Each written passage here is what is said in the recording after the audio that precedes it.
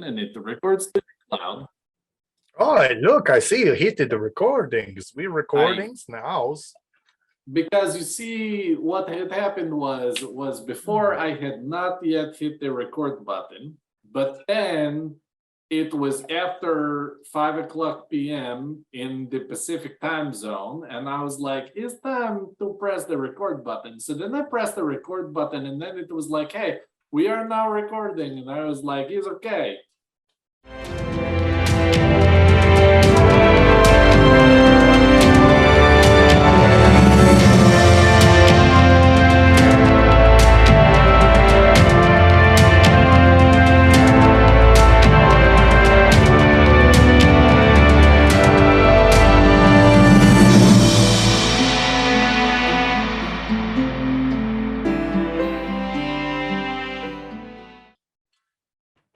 It's very nice.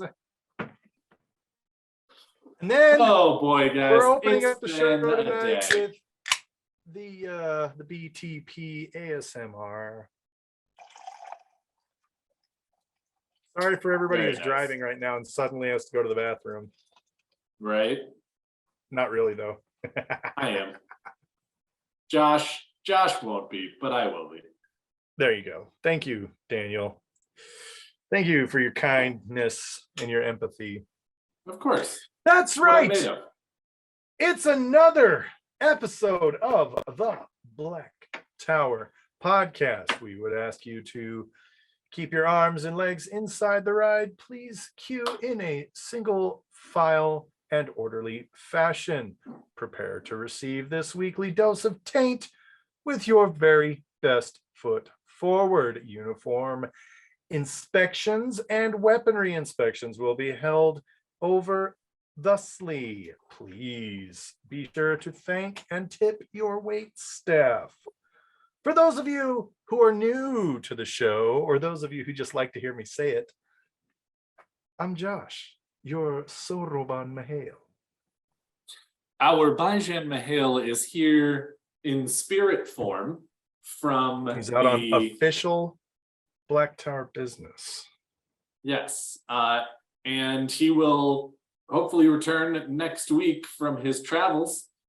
Maybe even with some new Black Tower recruits. We'll see. Who knows? Hard to say. Bring some new soldiers in. The old blood is strongest. Who can say? But I am your Amin Khan Mahale Daniel, and you are listening. Wait, hang on. Prepare. And you are listening to another dulcet episode of the Black Tower podcast, a Wheel of Time podcast, where the silky smooth voices along with the dulcet tones and the meaty source material will have you eating out of the palm of our hands. Make sure that you get your glass of taint and grab a plate, because we're going to have you eat up when we give you all that is the Black Tower. We're gonna get this Black Tower flying right at you. You're gonna love it too. Everything about it. It's gonna be the most amazing thing you've ever experienced. So sit back for the next 70 to 90 minutes while we discuss the Wheel of Time. I feel like we need like a hot saxophone in the background on that. So like maybe in editing. Yeah. Get like a Kenny G like alto sax going in the back, maybe. I don't know. We'll see. We'll drop that in post, you know. No, it's Black Tower Podcast. It's Black Tower Podcast. It's your favorite time of week, whether it be live because you're one of our Patreons and you're listening to us live on Tuesday night, where you get to hear all of the goodness that we edit out, that we decide not to publish.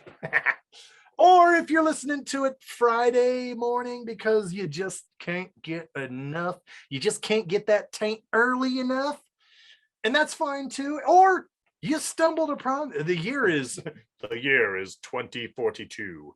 You've stumbled What year is the Black it? Tower podcast. What is this tower of darkness that I've I think that means that it's actually year 3, the year of our Lord 3 AP after podcast. After podcast. That's right. That's right. Welcome to year 10, 15 AP. No, it's 3. 8 ABTP. 3. I'm talking to the future. Okay. Our grandchildren will listen to this. Oh yes, no. The year that you are listening to this is the year 2055. And we have stood the test of time and you are still listening to us. But the year that we are recording this is 2022, the year of our podcast age 3 or year 3. Whatever. Right now, yes. Anyway, hi guys. These intros are fun. I like them. They very are enjoyable. fun. So what It's almost always where I was something going with that is if you are a Patreon or if you are interested in becoming a Patreon, go to blacktowerpod.com. It's got a link to our Patreon, or go to patreon.com and search up Black Tower Podcast. And then you can join as a family member, a soldier, a dedicated, an Ashaman, or if you don't want to be listed on our website and get shout outs and whatnot, you can be one of our eyes and ears and be sealed to the Mahale. You'll have your identity redacted.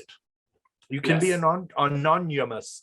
So if that's not your cup of tea, maybe you don't want to support us all year round. That's cool. That's okay. Maybe you want to support us by getting one of our super sweet shirts or hats or shot glasses or frosty mugs or anything.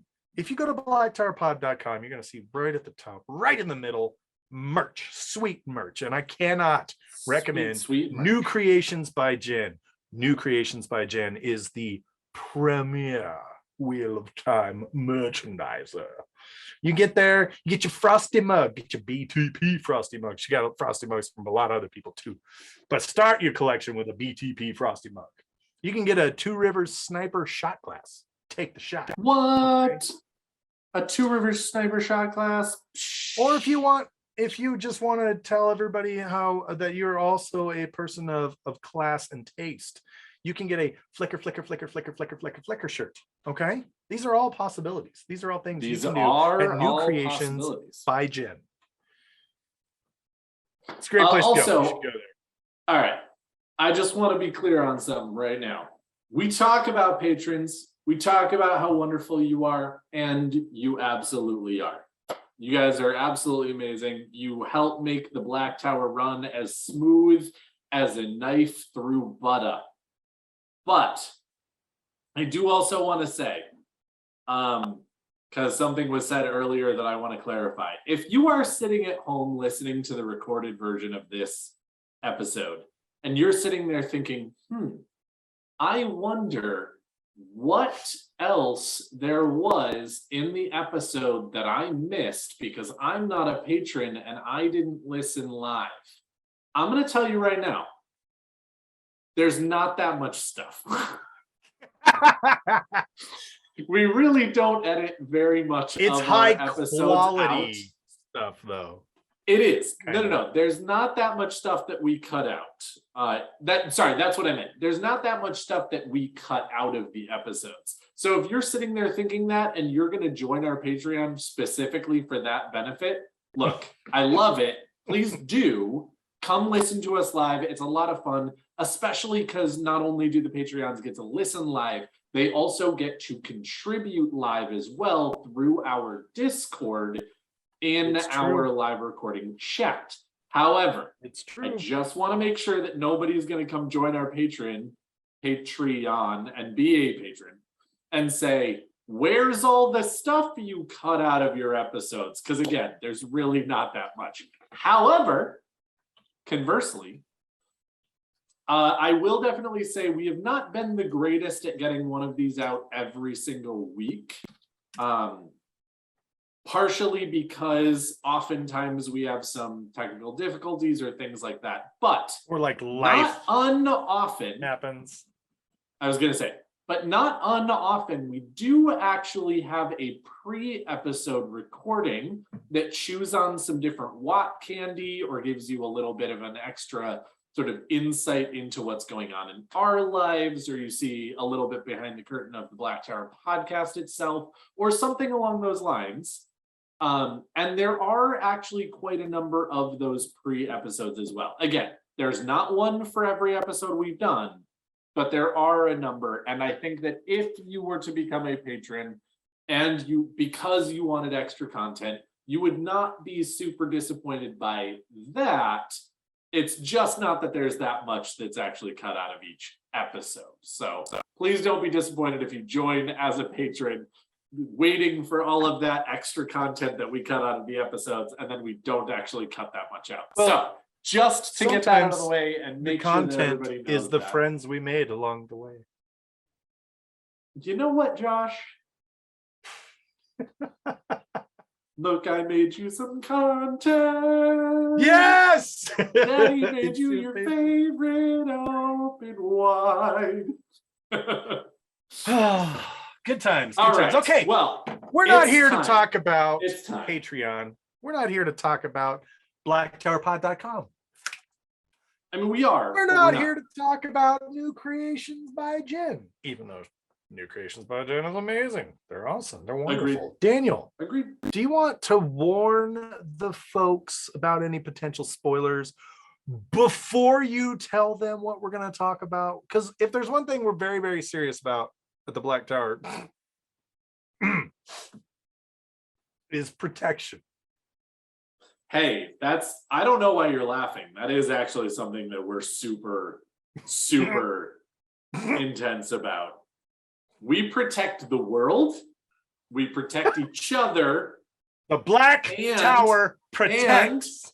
Just FYI, I am still telling you, even if your saber neighbors here in the Black Tower, definitely wrap it before you tap it, because you don't know where someone else's Black Tower harbor has been,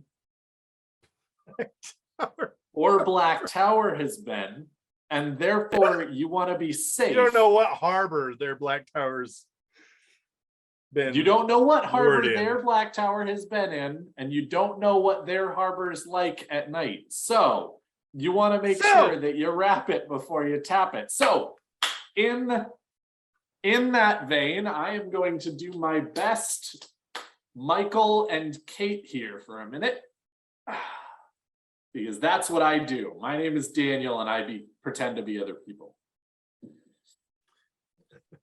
This episode of the Black Tower podcast will be spoiling the entire book series, books 1 through 14 of The Wheel of Time, also including the prequel book, A New Spring. If you are continuing to listen to this episode after hearing this warning, then you are at risk of being spoiled. You have been warned. I I thought I'd jump in there. Just No, just a I little like riffing, Yeah, just a little improv. I mean, there were 2 people on that spoiler warning, so I mean, it's very appropriate for there to be 2 on our version of the spoiler warning. It's true. But yeah, definitely, if you haven't read the whole book series, we're gonna talk about the whole book series tonight. I will admit that there's not really much that goes into A Memory of Light, so if you haven't hit that one, you're probably okay. But again, Light We spoilers are- for late books. very light spoilers for late books and hard, heavy spoilers for the ones in the middle end. So like 7, 8, 9. Definitely Yes, there's yes. some, maybe even 10. There's definitely going to be some serious spoilers going on. So, Possible. Josh, So now that the people aren't going to get tainty spoiler jizz in their eyes, or ears. ears. What are we talking about tonight? Well, first, let me ask you a question, Mr. Daniel, because I think that this is relative. This is valuable to the discussion tonight. How many mothers did Rand al'Thor have? Oh, yeah. See? My gut tells me that one woman bore him, one woman raised him, and one woman was horrible to him later, but taught him a lot. So sort of 3, but really only 2. Let's focus on the nurturing figures. Let's talk about Dashlu. I mean, Cadswain. Rafe. Cadswain. Oh man. Let's talk about Maggie Smith. I mean, that's right. We're going to talk about. Oh, bruh, that's absolutely my. We're going to talk about Tigraine without a doubt. It's perfect. It's perfection. If you take Cadswain and put her in the future of outer space, she will absolutely be Christian Avasarala. That's just how it is. That's Cadswain. Sir. I'm actually viewing her very much as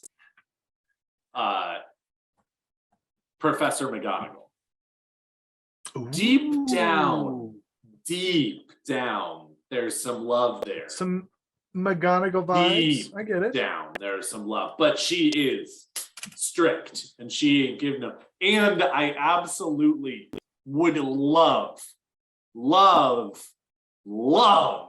to see all of the memes of McGonagall standing there being like, why is it whenever something goes wrong, it's always you 3 and have it be Rand, Matt, and Perry?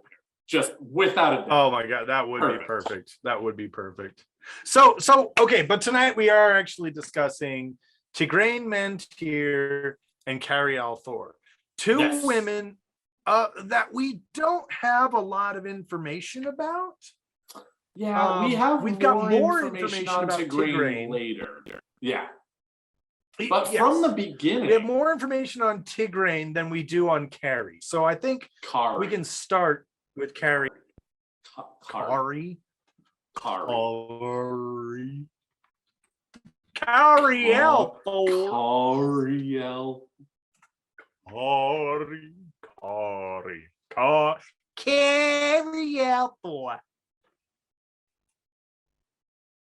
Interesting.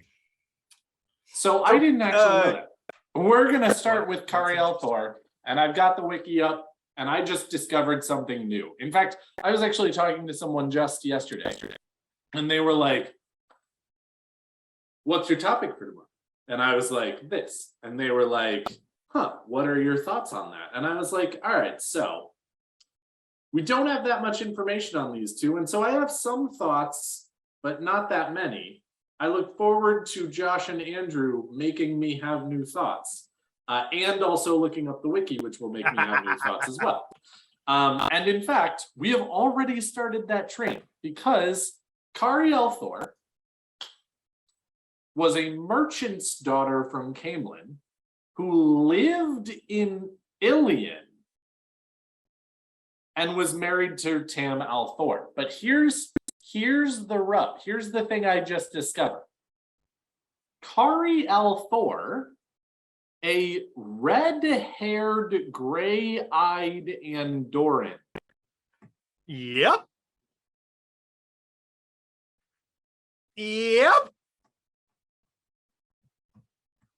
Okay, hold up.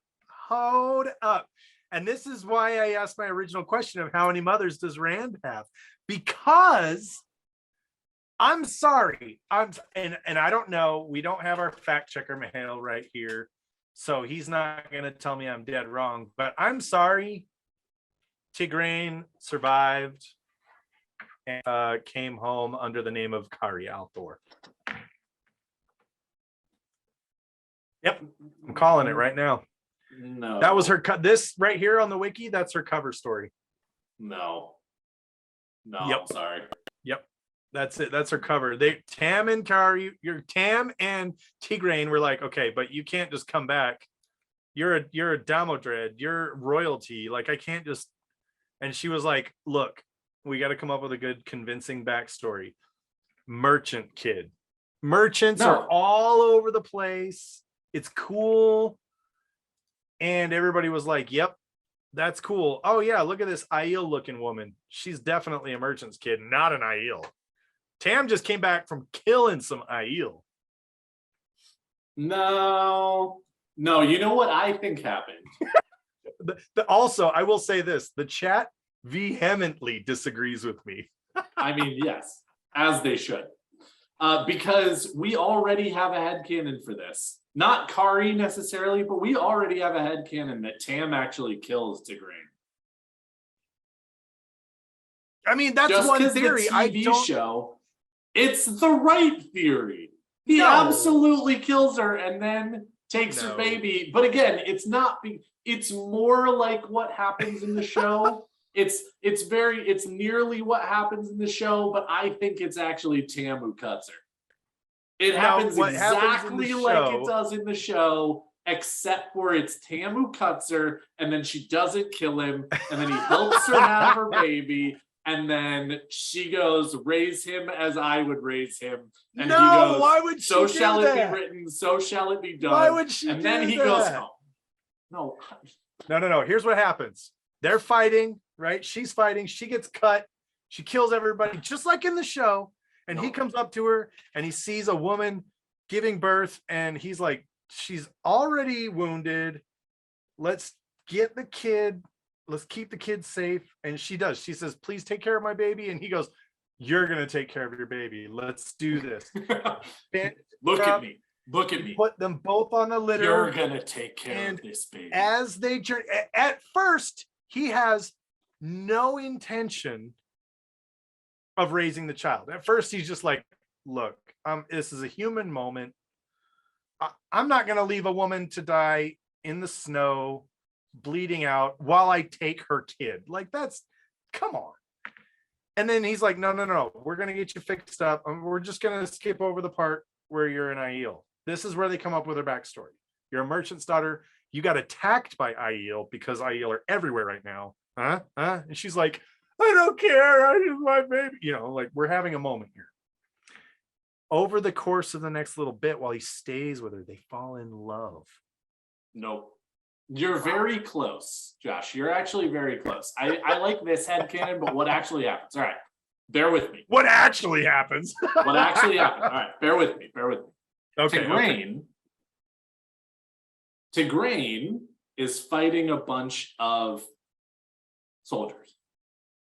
She is whipping they asses 9 months pregnant, just like it happened. Hard agree. She does not get hurt yet. It does happen. She does not get hurt yet.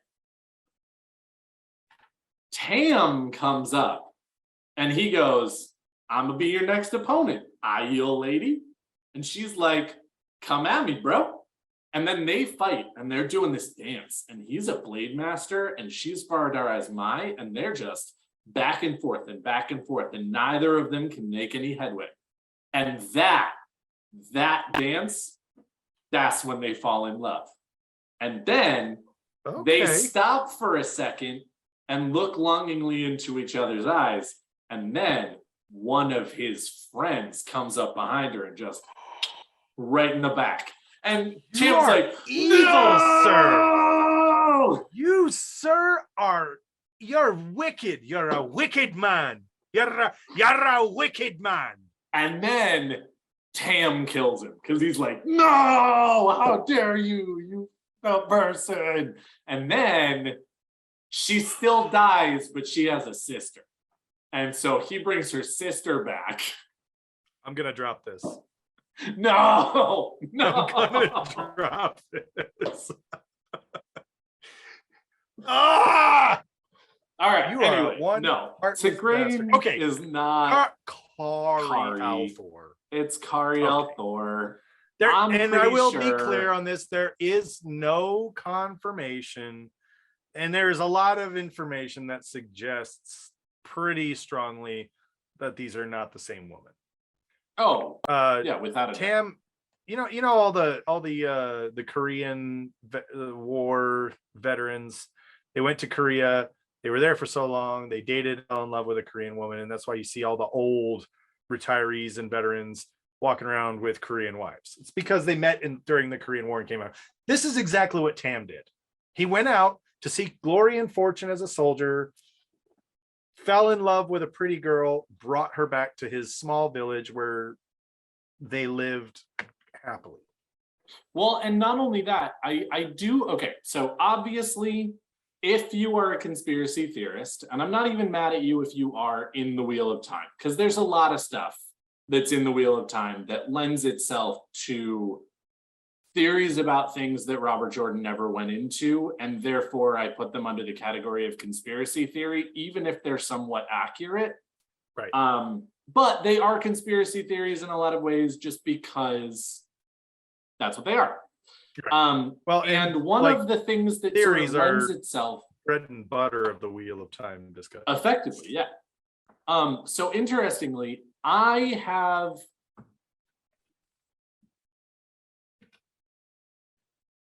there isn't a reason that it couldn't be that all of this is made up for their backstory.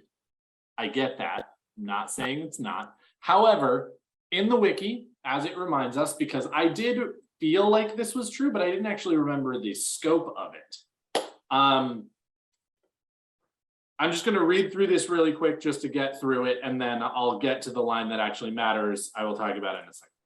Kari Althor, a red-haired, gray-eyed Andorian, was born a merchant's daughter. Her parents set up shop in Ilion, which is where she met Tam Althor in 962 NE, who was then in the Ilioner Companions.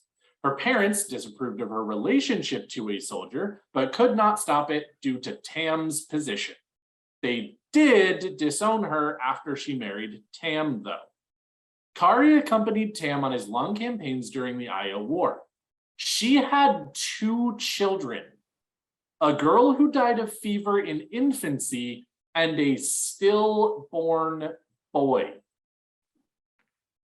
Again, that part right there. I didn't know that. I did remember that she actually had a kid because Tam specifically says one of the reasons that he brought Rand back was because Kari had always wanted children and had a problem conceiving on her own. Or not on her own, because it takes. But they have trouble having a child of their own. Which is why when he gets the opportunity, he does bring Rand back. And again, I'm sure it's not just oh, look, there's a woman having a baby. I'm going to bring it back to Kari. Like, I'm sure that that's a very conflicted thing. But at the same time, finding a stray puppy. Look, can we keep him? Right. But at the same time, like, that weighs pretty heavily on Tam. You can clearly tell. And he talks about it more than once in the story. And I love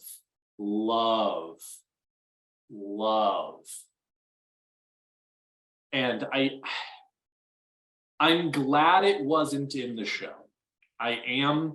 It doesn't really make that much sense in the show version of the Wheel of Time. It makes complete sense in the book version of the Wheel of Time. But the deleted scene that we saw at WatCon of Tam sitting there and talking to Egwene, and he goes, treat him well. He's all I have. I feel like that's exactly how he felt about Kari, and that he kind of knew that she wasn't actually long for this world. For some reason, he knew that there was going to be a problem, and he needed Rand because he knew that Kari needed Rand, and that he was going to need Rand after Kari was gone. And then Kari dies, and now all he has is Rand. Well, I almost think it's like, okay, Tam is weirdly prophetic that way. He doesn't But- actually know things are going to happen, but he keeps on Yeah. doing things Well, as though he knows he's things are as gonna we happen. see time and time again, he's an incredibly smart, incredibly wise person, Oh yeah. right?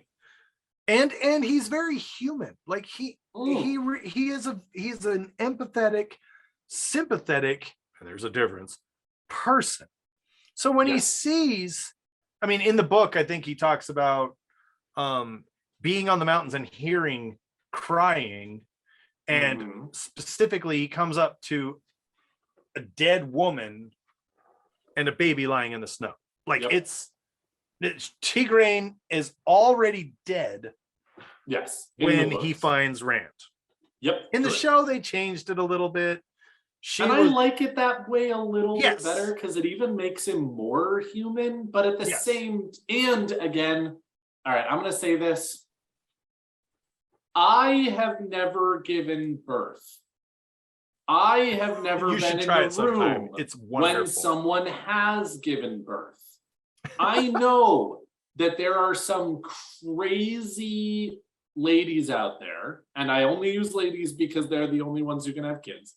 But there are some crazy ladies out there who would be able to get through childbirth real well in the snows of Dragon Mount in the middle of a war zone.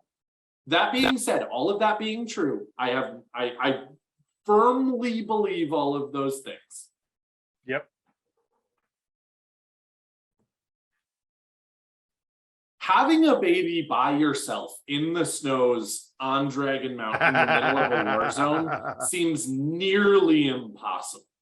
And so not having someone be there and give you a modicum of assistance, again, is not impossible. But it seems far more realistic if Tam shows up to help rather than he shows up after this whole thing has completely gone down. So interesting thing. So I would like to specify, I also have never given birth. Yep. But what I have done is delivered both of my children. Beautiful. So we spent a lot of time studying this, and there is a lot of information out there. As with anything, I am not making recommendations. I'm not telling you what to do. Sure. Whatever. But I will say that childbirth in many, many cases is a lot more automatic than people give it credit. So there are a lot of instances in which basically Tigraine's pregnant. She's going into labor. That baby's coming out. Like, this is the process. This is what happens. Barring any complications that would prevent this from happening, that baby's coming out. Like that this is what's going to happen. There's a reason why they use the phrase catch the baby, because you catch the baby. That's kind of what happens. Without going too deep into it. Hi, Sure. welcome to the I Black Tower appreciate that. Podcast. This is our midwife / doula episode. So for me, what I can see happening, kind of like what in the show, she gets injured. And as she's going into labor and she's pushing and there's contractions, I can see that, because what's happening when you're bleeding is they want you to calm down. They want you to breathe. They want you to calm down. They want to slow that heart rate. They don't want muscles contracting. They don't want things happening, especially in the show. They get her right in the abdomen. Oh, yeah. As she's pushing to deliver that baby, she's gonna bleed She's out. bleeding out. Yeah. There's no way. There's no way she's gonna survive that. Oh, 100%. And then there are other things that are gonna happen and whatnot, whatever. So I love the show version, I think, more because it invests Tam in this delivery and in protection of Rand. Whereas in the book, it's him just kind of going, oh crap, I can't leave a baby here. Right. Also, I do actually love, let me be very, very clear. In my headcanon, I have been ruined, quote unquote, by too many instances of stories doing the I'm a dying mother, take care of my baby.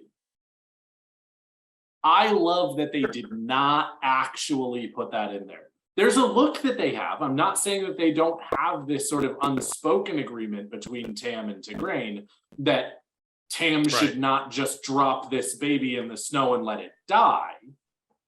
But at the same time, she doesn't say shit. She says absolutely nothing to Tam. Not she does verbally. Not say, not verbally. She does not say, take this baby and raise it as your own. I wish that my baby wasn't being raised by the enemy. Like nothing. She doesn't say any of that. She doesn't make any weirdness happen.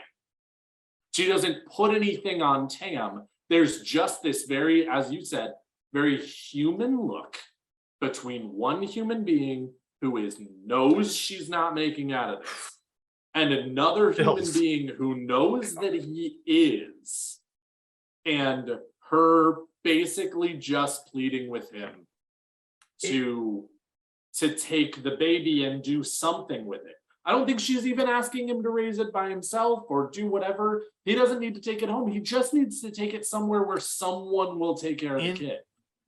That's all she's asking. Yes. And of course, he goes above and beyond in that situation, and not only raises him, but raises him the only way Tam knows how, which is extremely well. Yes, I mean, absolutely. And in this scene, I feel like, and I want to just narrow in on the show right now. Mm-hmm. That moment, they are enemies. They are mortal enemies. Oh, absolutely. And 2 seconds prior to that, she was fighting for her life and whooping they butts, and it was amazing. It was beautiful. Tam absolutely saw that. Oh yeah. And when he saw her collapse, saw her bleeding, knew she was most likely not a threat, but recognized what was happening. And he approaches her, sword out. She goes, she looks at him like, I've got nothing left. He drops the sword and she starts like sobbing, like, and it's just like you said, there's no like verbal, please take care of my baby. There's nothing like that. There's just two humans looking at it. And if there is something more Wheel of Time, I don't know what it is. Me either. That is the absolute message of the Wheel of Time is, in the end, we're all people. We should be doing the best that we can do, because ultimately we're people. We're all people. Okay, I'm actually going to amend that just a moment, because I think it's actually even more perfect, which is the Wheel of Time is all about a lack of communication, and yet we're all people, and we're all wonderful. I mean, okay. So right, anyway, so we'll get back to Tigraine here in a minute. Yes, Tam finds the baby. We're almost done with what we know about Kari in some ways, because we are told that he brings her back from the war. They have a farm on the outskirts of Emmons Field. She's a very loving wife. She's a very loving mother. She dies when Rand is actually fairly young, so she doesn't live through that much of the events of she's already pre-Eye of the World. When the Eye of the World comes about. Well, and she's actually not unlong past. Like, I'm not saying she's been dead for so many years, but I think it says that she dies when Rand's like 984, when Rand was 5 years old. So it's actually earlier. She has 5 years with Rand. Which is why Tam has to... Which is why Tam has to avoid the women's circle, because they're like, buddy, it's been... You got to get yourself a new woman. Right? Have some more kids. That means that in the book,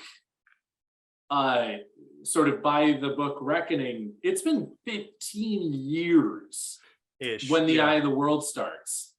that Tam has been alone in a society that wants him to not be. Yeah. So yeah, it's kind of intense. Oh, Well, and more shoddy. You're it's adorable.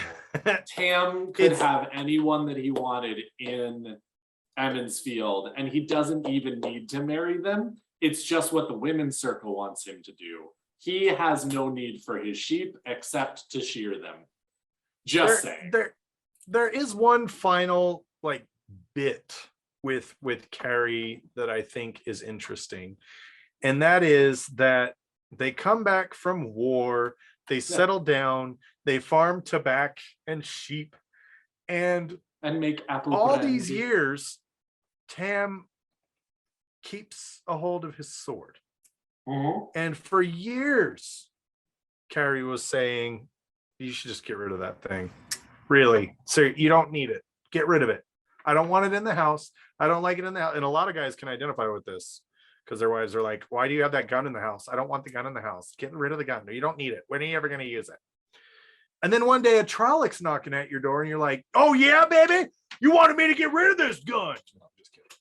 But well, I was actually going to say, I like the point that you just made. And one thing that I will say is, it's interesting that, again, we never hear this from Kari's point of view. We only ever hear it from Tam's point of view many years later, because she only had 5 years to go ahead and tell him to get rid of it. Yeah. It's not like she actually had like 10, 15 years to keep telling him that over and over again. And again, True. it's one of the situations where you kind of look at it and go, all right, unreliable narrator. Is Tam saying that because he's always thought about getting rid of it, but he wants to make it sound like it was somebody else who was suggesting it, not him? Is it a suggestion that one time he was like, I'm going to go put my sword in the trunk, and Kari goes, Tam, you should just get rid of the sword. You don't need it anymore. Gonna put my sword in the trunk, baby. I'm gonna slap you in the neck. And then Tam just remembers that moment for the rest of his life, because it was, one of the things that she said. I don't know. It's one of those instances where I actually really just know so many different times in my own life, and I'm sure that many other people can relate, where you have one person who's telling the story of how they met. Oh yeah. And then you have another person sitting there telling the story of how they met. And while the events are typically pretty similar, the feeling behind the words that were said and different things like that are wildly different sometimes between the two people. And so again, it's really, I don't know. I don't know. That one has always struck me a little bit as like, was it ever actually an argument? Was it when they were really hard up financially and she just goes, if you sell that sword, you can actually get some money for it, and that's what we need right now? Is it a situation where it was always playful? Is it a situation where she was actually sitting there for 5 years basically being, Tam, I know you like the sword, but get the fuck out of the house, like that kind of thing? Yeah. I don't know. It's hard to say.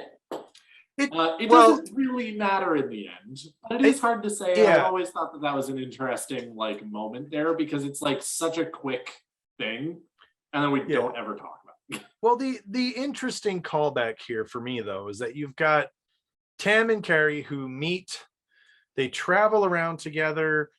He does his soldiering. Her parents don't like it. He says, okay, you know what, I've had enough soldiering, I found this baby and I just can't anymore, and you know what, the best chance this baby has, we're gonna go back home, which is in the middle of nowhere. Carrie, are you willing to go? And she's like, baby, ride or die, let's do this. And they go back home, and he keeps his sword, maybe as a memento of the old days, whatever, for whatever reason. And she's like, really, you don't need it anymore. You don't need it anymore. Can we get rid of it? Get rid of it. You should sell it. It's worth so much. Maybe she said it when they were trying to figure out finances one day. That's what I said earlier, but okay. And that's what I'm saying. Yeah. I'm like, I'm going along. I'm riffing off of you here. Well, and it's entirely possible that she said it before they actually even left Ilion, because she was like, when we get to Emmons Field, nobody's going to know how much that's worth, and you're not going to get nearly as much for it. But again, Absolutely. he's saying this to Tam, who's not only a soldier, which is already something, but a blade master. That sword is effectively part of Tam's hand at this point. It's a part of his arm. It is a part of him. And again, I feel like while she's not super well described in the story, I don't get the impression that Kari doesn't understand Tam and that she doesn't know who he is. And so asking him to sell that sword is like asking him to sell a piece of himself. And that's why I've always like just kind of taken that line that Tam says with a grain of salt. Yes. And that's the thing. And it's like, and then as far as that goes, Carrie dies of fever of some kind. Carrie. It's not Carrie. That's the one who moves all the desks in the gym. Carrie. But yeah, so she dies when Rand is 5. Yeah, she's a good mom. Changed apparently. his diapers, nursed him, or at least fed him. Yeah, nourished him, loved him, held him at night, sang to him, presumably. And I like to think you're a good little Taviran. Yeah, you're gonna that's change right. the world someday. What a wonderful little boy you are. Yeah, every mom says you're a Taviran. Please don't go ahead and balefire an entire city when you grow up. Oops. Yeah, those kinds of things. Forgot about that one. Sorry, Mom. Yep. But then she passes, and like we said earlier, Rand and Tam are 15 years on their own. Yep. Like they just kind of do their thing. And Rand, it's a happy enough life. He's happy enough. Yeah. They do their thing. Obviously he's got a lady, Egwene. What's up, girl? How you doing? And which, side tangent, she traded down. I'm just saying. Egwene, she traded down. Did she? Yeah. I mean, she traded down to Gawain. I get that. But at the same time, I mean, Rand isn't that much better as far as how things end up. Not who he is. Who he is way better than Gawain. But how it all ends up, like, which one's, well, I guess Gawain dies too, so I guess she doesn't really have anything after the last battle anyway. Never mind, I take it back. She traded down. Yep. I agree. So Egwene and Rand are kind of a thing. So Rand has a good life. Carrie gave him the best. I'm gonna slap you so hard. It is had. Kari Althor. It is pronounced on That's the what wiki. I said. There's a thing. So You now we keep can on talk saying about- Carrie. It's Kari Althor. Jesus. So now we can talk about Tigrianne, and she. All right, guys, this has been a wonderful episode. I'm gonna go ahead and kick Josh and just do the rest of this. No, so we're going to talk do the about rest of the episode Tigraine Mantir, so known as Shail to the Indeed. Aiel. Shail to the So Aiel. we're gonna Shail basically of the go Aiel. through her history real quick up until she goes to the, well, I guess just real quick, because Tigraine is an interesting character, but again, so little is known about her. She is the daughter heir of Andor. And she, at first, what she is, she's the daughter heir of Andor. And she marries Tarangale Damodred, who is Moraine's uncle. Moraine's uncle. And she has a child with Tarangale Damodred. His name is Galad. Galad. Which actually makes... You might know him. which Pretty actually boy makes Moraine McGee. and Galad cousins. Fun fact. Just in case you didn't know that. Then Tigraine ends up going ahead and getting talked to by a wise woman, and it's not. No, it's an Aes Sedai. I take that back. It's an Aes Sedai. No, it's an Aes Sedai has a it's foretelling. an Aes Sedai. Yeah, A specific an Aes Sedai. basically has a foretelling. Yes, it's Guitarra Oroso. Who also prophesied Yes. the birth of Rand. When he was born, she prophesied and fell over dead. And Swan Sanche and Moraine Damodred were there to witness said event. What a small little world we live in. But yeah, so a foretelling happens through the Aes Sedai Guitarra, and she says, you gotta go. Things are happening that are out of your control in some ways. And basically she tells her she's gonna be married. That's basically what she tells her. That's what she tells her. She says, you are going to birth the savior of all mankind, and you can't do it here. So get thee hence to somewhere You gotta else. go into the Isle Waste. Yep. And Tigraine she goes, says you gotta go to the Isle Waste. You can't tell anyone where you're going. Yes. You have to just disappear.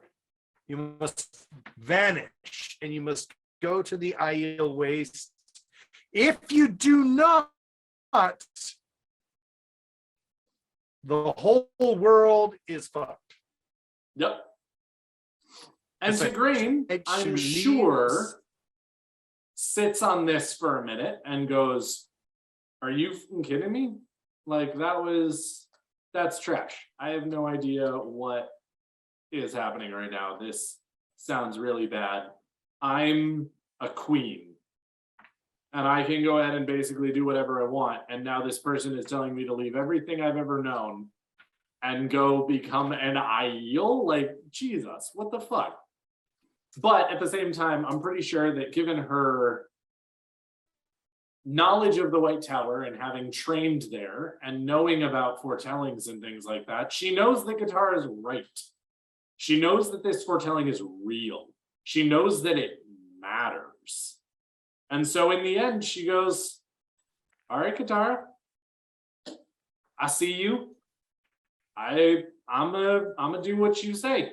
So she vanishes in the middle of the night, doesn't tell anybody where she's going, goes over the dragon wall, and becomes Faradar Azmai, because she basically gets to the Aiel and they go, normally we'd kill you because you're in our lands when you're not supposed to be. But we like the cut of your jib, young lady. And so they have her in their ranks for a little while, or with them for a little while, and then eventually she becomes Faradar Azmai. And during that time, at some point, she meets Janduin, who is another Aiel. And she gets pregnant. And is a clan chief. Yes, he is a clan chief. And she gets pregnant from Janduin, and then the Aiel War starts. Actually, I'm pretty sure that the Aiel War was already started when she got pregnant, but yeah, I think it was same time. Yeah, because they were going over the dragon wall to attack the tree killers. Yep. And she was like, you ain't leaving me behind. And they were like, no, it's cool. You proved yourself. You don't need to do this. And she's like, yes, no. I am going to do that. That motherfucker cut that tree down. That, like, she understood how precious that was. Oh yeah. And was also equally pissed. And I don't think it was advertised that Shail was Andoran. I think they just said, now you're Faradar Azmai, you're Aiel. Like, oh yeah, no, but I mean it definitely says those that who she knew- was adopted into the Yes. Shumai sept of the Tardad Aiel. right. But those Um, who knew, And absolutely, you know that while it is strange, obviously this whole circumstance is strange. sure, But you know without a doubt that when she became a citizen of the Aiel, they absolutely had her renounce her citizenship to the Westlands. of course. And she Of was course. no longer Andoran. But She was a Tardad Aiel. do you think that there are any of those who knew? Do you think any of them ever sat and went, there might be some G in Andor? Carrion, fuck those guys. They're terrible. No. But Sorry, go ahead and Andor, say that again, because I I was gonna lost you for that entire. oh, sorry. My internet is bullshit tonight. I feel like those who knew would be like, Andor might have some G.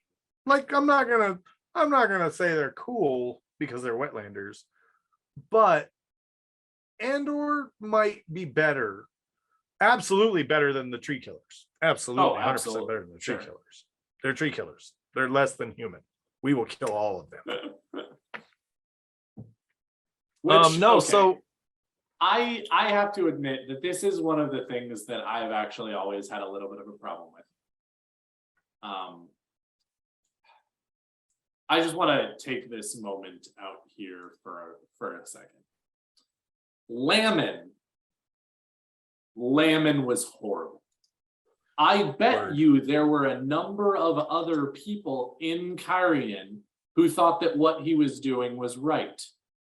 Absolutely, Sure. I do. I 100% think that there were shit ass Carrionan who were all for what Lammin was doing. That being said, this is going to be a real world parallel, just for a minute.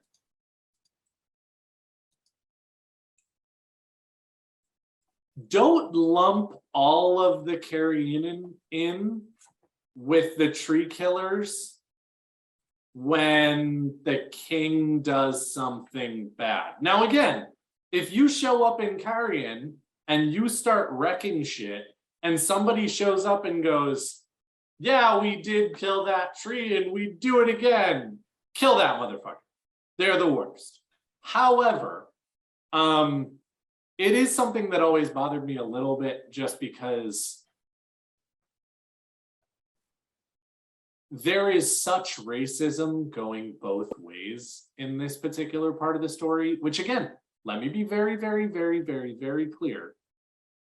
That is real. That is realistic. People suck.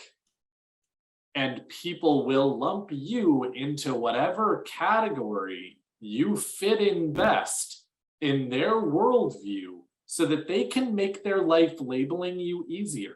Now, on one hand, I think that's actually super helpful in some ways, because labels are how people make their worldview and how you make it possible for you to actually understand how the world works.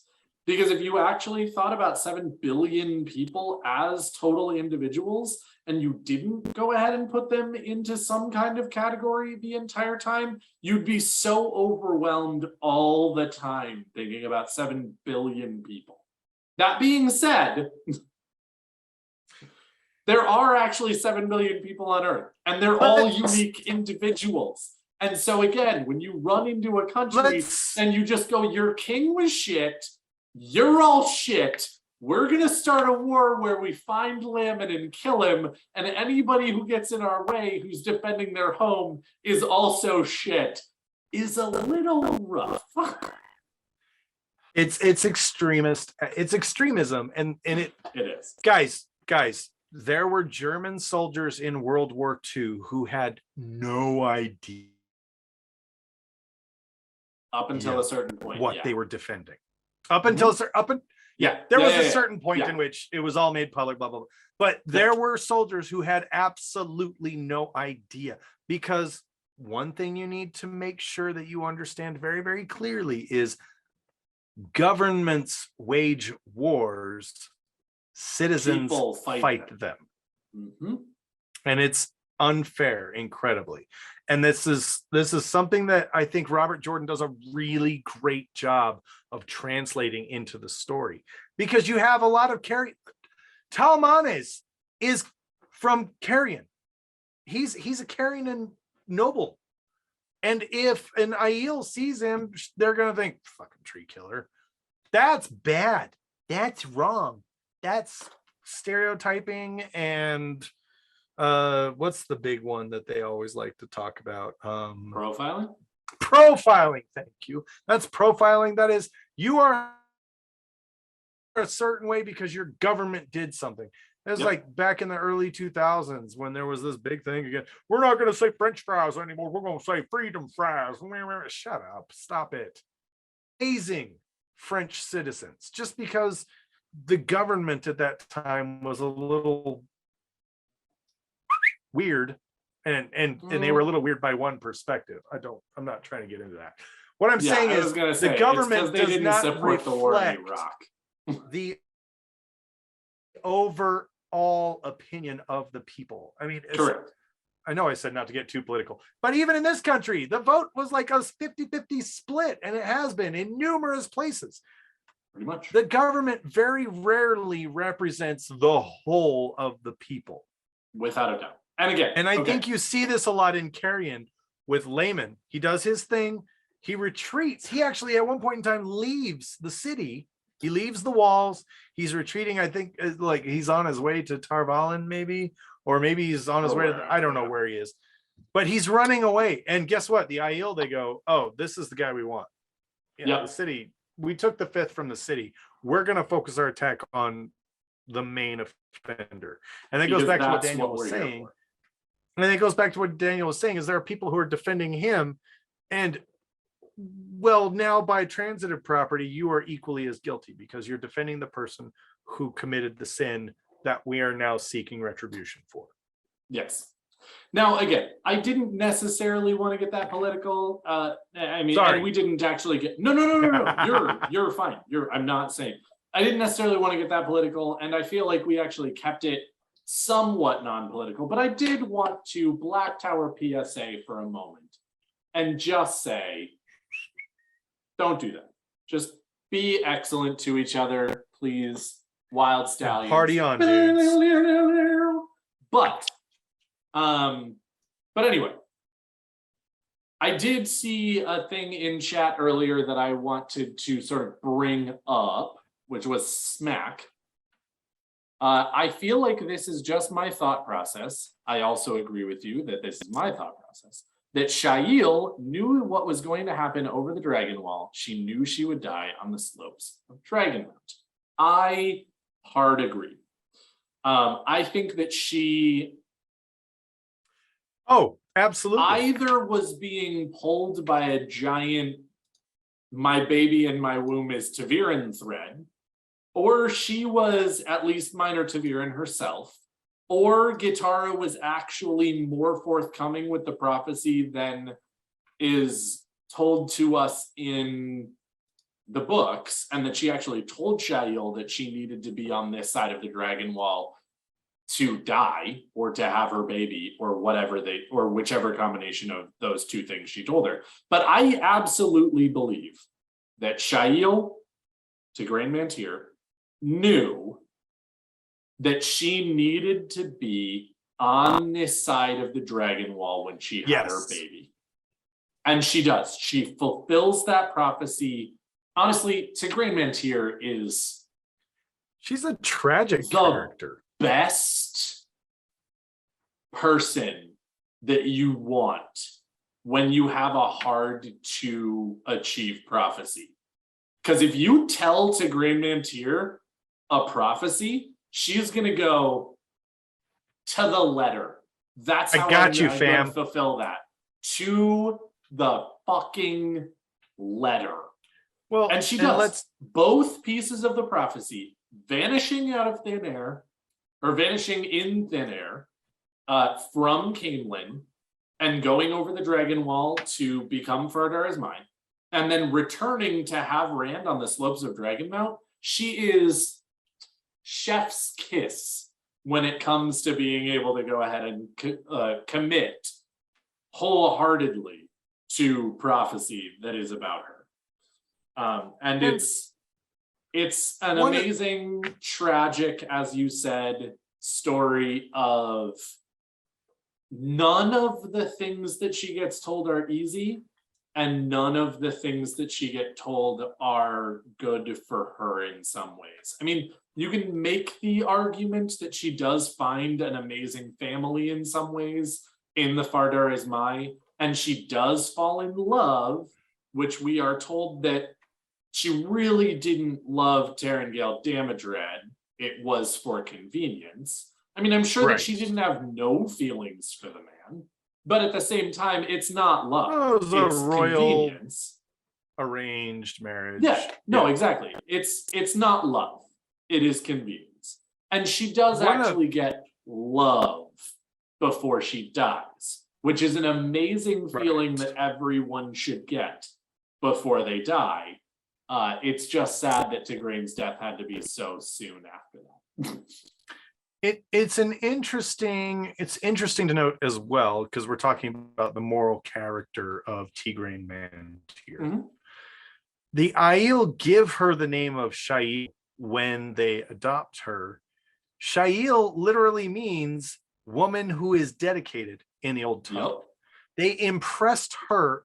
She impressed them so much that they named her one who is dedicated. Now, think about that in the context of what is to come. She gets pregnant. She's big pregnant. Like, don't get me wrong. There's pregnant and there's big pregnant. And the ladies listening know what I'm talking about. There's like the first trimester, maybe like the first half of the second trimester, where you're kind of like, yeah, you can still, things are still good. Like, things get a little weird, things get a little wonky. But you know what? Well, it's when you start to get to the end there, where that weight starts offsetting things, and it starts affecting your ability to breathe, affecting your ability to eat, affecting your ability to go about. Like, there's a lot of things that go there. Tigraine, aka Shail, is in big pregnancy. She got big pregnant, and she's like, I'm going to fight. And they're like, no, that's not necessary. She's like, no, I'm going. No, it is though. Fight. It is necessary. And so she goes to this battle, and I would have to agree very much that she knows she's not coming back from this battle, but she knows where she needs to be, and she isn't about to fuck around with prophecy. And it's a beautiful moment, I think. And I would almost say that the fact that she has received this prophecy means that she expected her baby to live. I don't think she knew that I think she knew she would not live, but I think she knew her baby would.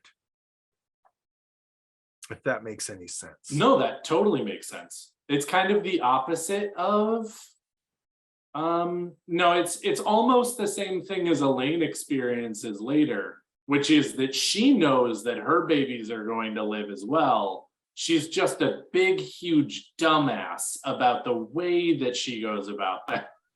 Right. And Morshadi just shared the direct passage, and thank you, because I was trying to think of it. But the signal, the tell, as it were, is that she was to remain among the Aiel until the maidens of the spear come to Tar Valon. And yep. Tigraine was like, they've never done that, and they never will. And Gitara Sadai was like, that's when you come back. You do not come back. I said what I said before then. I said what I said. I said what I said. She comes back, she gives birth, and the rest, as they say, is history. It's it's interesting, the dynamic here, because as we just said, Tigraine is, we can say all we want that she didn't love Tarangil. We know that. It's well documented. She did not love him. They had a baby together. She was just like, blah, blah, blah, blah, blah. We're not going to do this, whatever. I don't care who you are, leaving a child behind. No. Oh, No. it's rough. Anyone It's super rough. Who has a soul, who has a heart and a soul, will find it very, very difficult to do something like that. Leaving a spouse, that's difficult, but doable, especially and especially when where don't love where them they're jerks and you don't really like them. But leaving a kid behind, man, that Tigraine, and think about it too, she was in Andor at the time, which means she had to pass through so many villages, cities, and at least one other nation, Carrion, before even reaching the Aiel waste. And then every step she took was pain and suffering until she finally commanded the attention of the Aiel and earned their respect enough that, and I have to say that when she said something along the lines of, an Aes Sedai prophecy told me to come to you, like, they probably went, welcome to the club. Yeah. Oh yeah. Hey, Fardar is right over here. Fardar is my training is every day from sun up to sundown and in the nighttime as well. What did you say your name was? Tigraine? No, that's a Wetlander name. It's terrible. You're dedicated, so let's call you Shail because you're a woman and you're dedicated. Love it. Welcome, Shail. That's kind of how I think that happened. I like that. It makes me laugh, prophecy. But also no. I'm sure that they were actually still standing there being like, oh, an Aes Sedai prophecy told you to come to us? The fuck out of here. Like we haven't heard that before. No, I absolutely, my headcanon for Shail joining the Tardat Aiel and the Spear Maidens, the Fardar Ismai, is 100% Fight Club. She was standing outside of the door to the hold of the Tardat Aiel for days, maybe weeks. You're too Wetlander. Possibly months. You need to go. You're too Wetlander. Plus, you didn't bring 2 pairs of boots.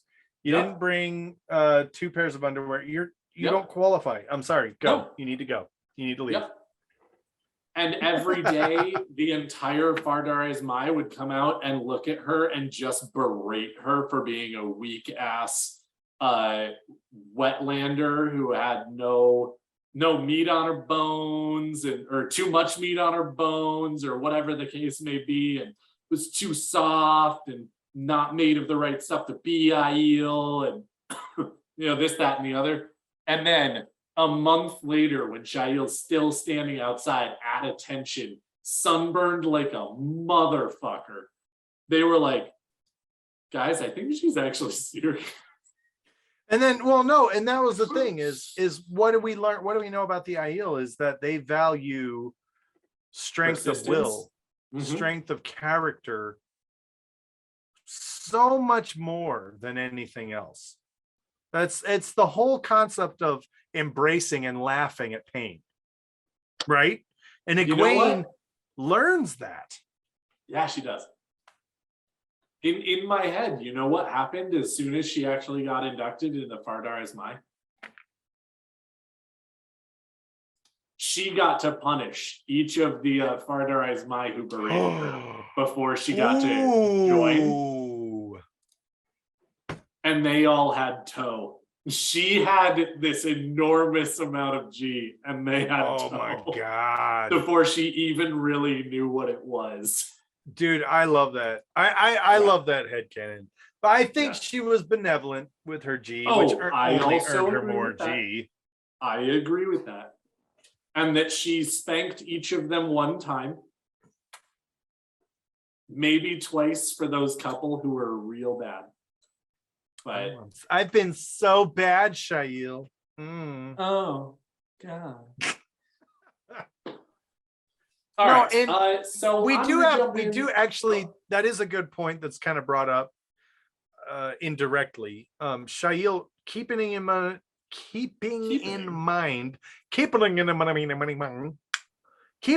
that she, as an Andoran noble and daughter heir to the throne, she has trained and been taught at the White Tower. So she's not foreign to hardship. She knows what it means to have to work hard and get your hands dirty. And I'd like to think, especially, 50 years before, well, not 50, but 30, 20 years before Elaine goes there, things were tough then and they're tough now. And that would give her sort of an expectation of, okay, this is what I'm kind of getting myself in. But it's obviously a level up training arc. Oh, without a doubt. Yeah. All right. So my final thoughts: Kari Elthor and Tigraine Mantir, also known as Shail. I'm going to throw in a small thing that we didn't actually get into that much, but mostly because there's not actually that much to get into.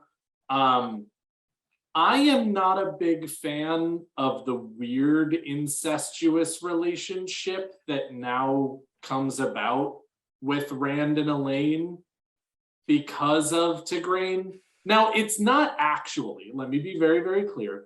It is a mom and a dad who then have a child together, and then that mom leaves that dad, and that dad gets left by that mom, really.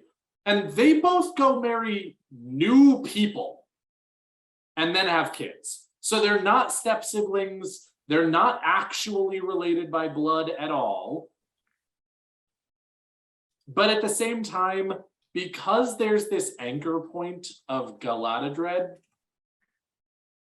that ties Tigraine and Tarangale together, I don't love that in the story. Now, it's very, again, realistic for a royal family. And even if they were actually step siblings, it wouldn't fucking matter to a lot of degrees in the way that royal families usually are just super fucked up. However, Robert Jordan didn't need, or he didn't make that a part of the story. Like, he didn't add incestuous relationship into the royal family, yet he also added this weird tangential thing, and I don't love it. It's not my favorite thing in the book. That being said, I think that Tigraine is a great character. That which we learn about her is kind of incredible, and she keeps on getting more and more impressive down the line every single time you learn more about her. And as Rand finds out new things, he starts to go ahead and have this like weird not intimate, but like this weird, like deep-seated, there we go, connection with Tigraine. And he starts like seeing her picture in murals and things in Camelin, in like the throne room in in Camelin. And I love the fact that he actually feels this sort of connection with his mom, like his real, honest to goodness, came out of her loins mom. But also, again, I think that it's interesting that I don't think that Tigraine Mantir would have necessarily been that good of a mom to Rand. I don't know that. We don't know enough for me to actually say that with confidence. But I think that Rand really needed Kari. I mean, again, Tam did more of his mothering than anybody else. But I really think that coming home with Tam and Kari and really being treated like a son without any other ties to it, whether that be Aiel culture, whether that be royalty culture, whether that be anything. I I really think that Rand benefited from being able to be a kid in Emmons Field and really be raised by a commoner, two of them really, in a place where no one knew about this history, no one knew about any of this, and he could just have a childhood. And I think that Kari, again, the biggest thing that she is credited for and known for, and the biggest thing that we know about Kari Althor is that she was a loving wife and a loving mother. And Rand remembers flashes of this woman who was just a loving figure in his life, and that he will remember forever as mom. And so I think it took a village to raise Rand, and two of the members of that village were absolutely Tigraine Mantir, who gave him a lot of the dedication and the necessity that he has within him deep down. And Kari gave him the love and affection that he needed to be able to actually tap into that later when he actually really needed it. So anyway, those are my final thoughts on Tigraine and Kari. As I said, maybe we'll do another episode on Tam at some point, because really, if you're going to talk about Rand's moms, Tam is one of those moms. So there you go. I'll give you that. My final thoughts are, I think people will go on and on and on about Tigraine and how, I mean, and I'm not casting shade on her sacrifice.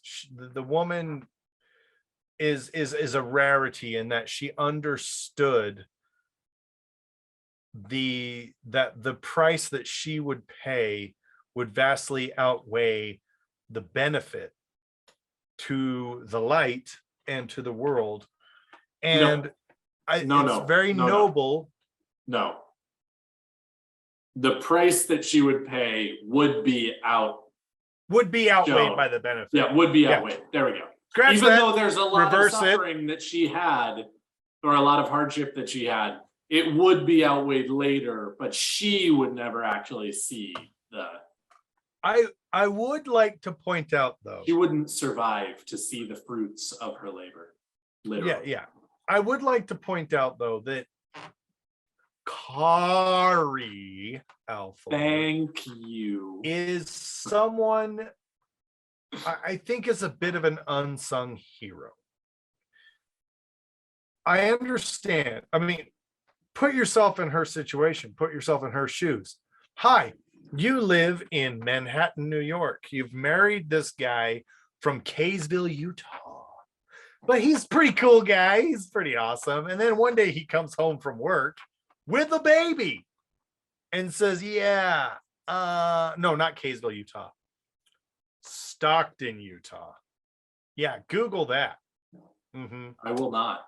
I will just take your word for the fact that it is. He comes home one day with a baby and says, I found this baby. We got to go back to Stockton, Utah. And she says, cool. Her parents go, oh, hell no.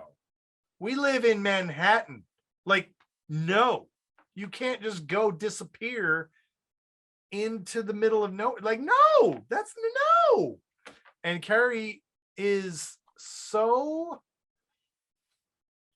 I'm sorry, I feel like there's a lot of strength of character there, because she leaves the life she's ever known to go to literal middle of nowhere with a man and a child, not her own.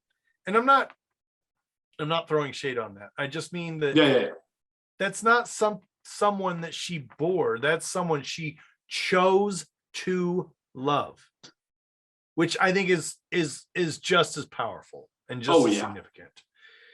Rand was born, loved, and raised by astounding people. Two of them being two of the most astounding women in the Wheel of Time. And I will die on this hill. And that's my final Just thoughts like when Tigraine. it comes to Tigraine and a dial. You son of a bitch. Can I just say, But I actually saw it Tigraine- again this week, and one of my favorite sayings is, weird hill to die on, but at least you're dead. Dig it. I dig Actually, it. I dig it. Can I just say, I liked your final thoughts. They were fantastic. I just want to interject real quick into there that it's actually like,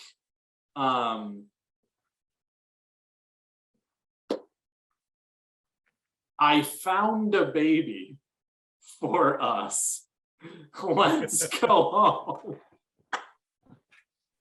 Thank you There's so another much for thing tuning I wanted in to say about that, but I don't to remember this it. week's dose of taintiness. Thank you so much for conducting yourselves in the appropriate manner whilst receiving your weekly Oh, dose that was it. of Sorry, real taint. quick. I just actually want, and now in my headcanon, because of what you said, I'm now imagining that Tam Althor comes home with the baby and he's like, Kari, family's the most important thing.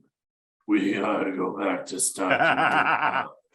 Are you ride or die? And she goes, ride or die, baby. And then they just drive off in an American muscle car to Stockton. I hate everything that you just said right now. I hate you for saying it, and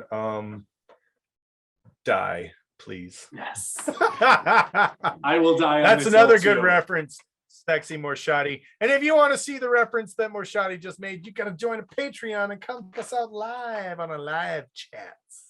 Indeed. But thank you yes. so much for tuning in. Thank you so much for being here. Remember, go to blacktowerpod.com for all your Black Tower podcast needs, to include photos from Every WatCon, to single include photos one. from JordanCon, and guess what?